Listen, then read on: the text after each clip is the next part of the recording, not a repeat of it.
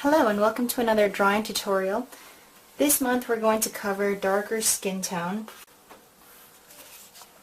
For that purpose I have this reference material, and so the first step is going to be to crop it down to make an eye-pleasing composition for your portrait.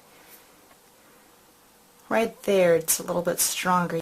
Now that I've cropped it down, I'm going to mark down my boundaries. So I'll use a triangle. And it doesn't have to be the exact same proportions, but I know that I want more of a square, less of a rectangle. And with that done, making the transition from the reference material to the finished paper isn't going to be so much of a jump, and I can pay closer attention to the negative shapes as well as the positive shape of the girl herself. If I were to divide this picture in half, then divide these halves into halves again so that you have quadrants. And then when I go to my drawing paper, on the outside of the margins I can give myself those same marks. And doing this will give me a very quick and easy way of making very accurate sketches for my material. So now with these measurements marked down, I can see that the inside point of her eye falls right on the vertical center of the picture, and the horizontal center is just above her eyebrows. You can just go on that way. Her chin is below the lowest quarter mark. Her head extends to this quarter mark. The top of her head is going to fall right about at the top quarter mark, a little bit over. And see how quickly I can give myself accurate means of placing these various parts of the portrait. And you just go on your merry way until you have everything placed accurately. This obviously requires more planning in the early stages, so rather than using the rough sketch to get acquainted with the lines and then do your cropping from there, you're doing more of that cropping on the material itself and then following it very, very closely to make a duplicate of the picture. So depending on the kind of drawing that you want to end up with, this might be a better solution. Remember, these marks aren't helpful if you don't use them, and if you didn't put them down accurately to begin with. So if you're going to use this system, you have to use it correctly the entire way through. Okay, now how do you know where to place the eye and the nose and the features of the face? You can always use your graph lines. So the corner of this eye lines up on the vertical axis, the eyebrow lines up on the horizontal axis, so on and so forth. Once you are pretty sure, at least, of all of your lines, then you can start to put down the tone for the skin. And the only difference between working with darker skin and lighter skin is how much tone you put on. That is it. I need to put down the tone first, get it really nice and smooth, and then I can start to pluck out stronger lines and some highlights, add some darker shadows, and so on. So I'm going to start with the B pencil. Lay your hand on a clean sheet of paper to protect the surface, and you're going to start like this on the side of the pencil using smooth back and forth strokes. Notice the difference between doing this and scribbling in a way that will leave clear lines. This is a scribble. See how the edge of the line is harder than the middle tone. You have to practice until you can make nice, smooth, even tone that doesn't have a beginning and an end. Cover all of the skin tone the same way. Once you've covered all of the skin tone with a nice, even base coat, get your clean blending tool, the biggest one you can for the area, and just blend it smooth with even circle strokes like this. Then clean up your messy edges. Once you've cleaned everything up, go in with your 2B pencil or 3B, and you're going to start to darken up the shadow shapes. So darkening the shadow shapes is the same exact process as putting the tone down initially. You're just doing it again and with a slightly softer pencil. So let me darken those shadow shapes for a while and come back to you again. Now this should give you a better idea by what I mean by the shadow shapes. And after you've rendered those, use a stomp and blend that smooth as well. It's almost like a pencil without any lead in it, so you can have a really sharp point. But for large areas like this, you don't want to use that point, or you're going to gouge the paper and get an uneven darkness. And for areas where you want to highlight, use your kneaded eraser and just lift out the spots that you want to have lightened. So off camera I'll do some more work on smoothing that skin tone. But I also want to show you next how to go into the individual features. I always start in the eyes. The eyes are the hardest part of a portrait. So if you get the eyes right, half your battle is done. Couple of things in the eyes. Number one, use a light touch. You can always build up darker, and it's a lot easier to do that than to have to lighten out areas, especially because it's such a small space. But also remember that the smallest little details make a huge difference.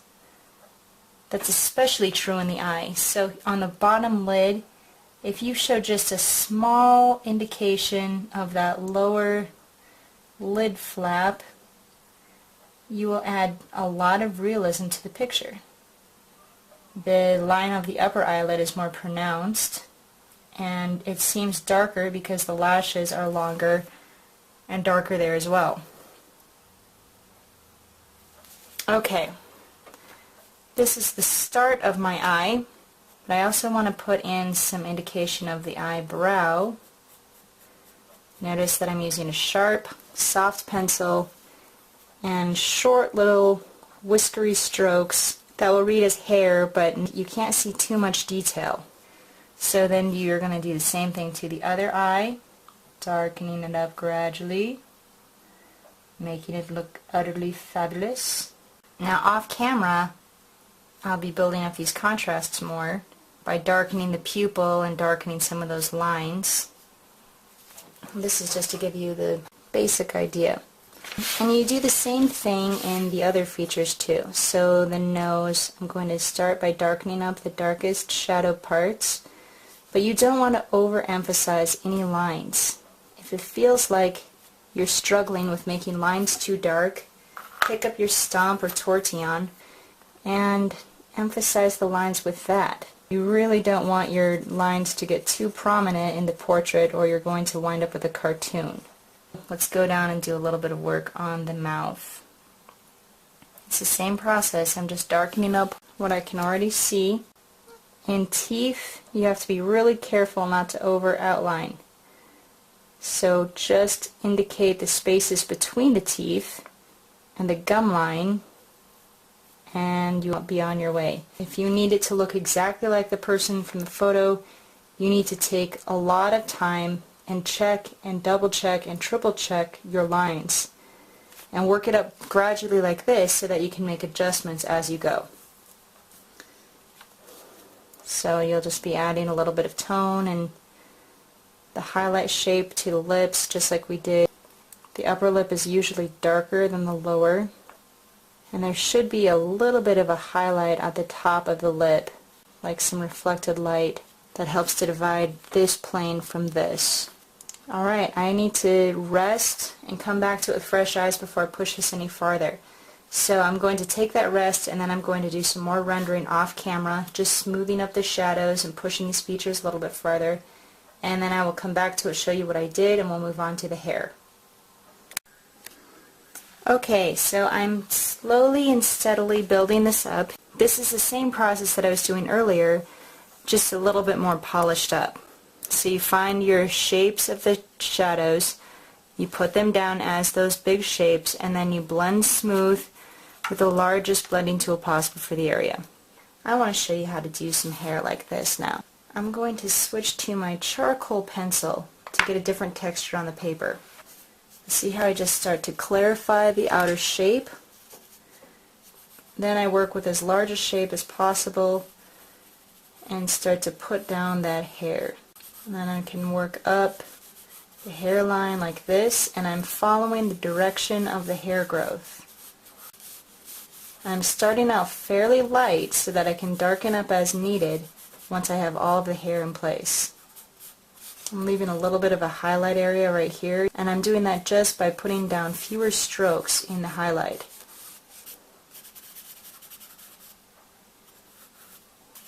So you shouldn't be able to see a lot of individual strands. There are some, and we'll put those in, but I'll do that after. Once the tone is down, I can go back and emphasize some of the shadow shapes.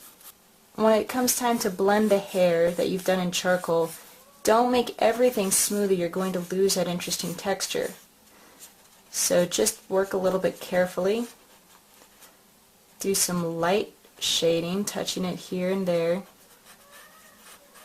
but then just let it be. After you've blended everything smooth, you might want to pull out an area here and there using a kneaded eraser. Maybe soften up some of the tips a little bit. Et voila. So I'm going to soften this up a little bit more. I need to make the highlight less prominent in this hair. That's just going to be a simple matter of going back over the top with some more charcoal. I'm also going to do some more work in the face, but we're almost done. And then the last step will be doing some slight work on the clothing. I'll show you how to put in wrinkles, and then this will be a finished portrait. So here's what we have so far. I'm going to push forward into the shirt now. And you're going to see a lot of similarities between shading the shirt and shading the skin, and shading anything for that matter, because it's the same basic process. I've already identified the outer shape of the shirt, and now I'm going to add a little bit more detail on the inside of the shirt. Seams, collars, cuffs, that sort of thing. But once that is done, I can use my H pencil on the side and just start to gradually lay down some tone. So when you have the base tone done, then just like for the skin tone, you're going to blend that smooth. I'm going to use the felt because it will deliver the smoothest tone, and just smooth that all out. Then just like you did with the skin tone, you're going to go in for a second pass. Now there are also some prominent shadows where folds are occurring in the cloth. So at this point I'm going to start to lay those in.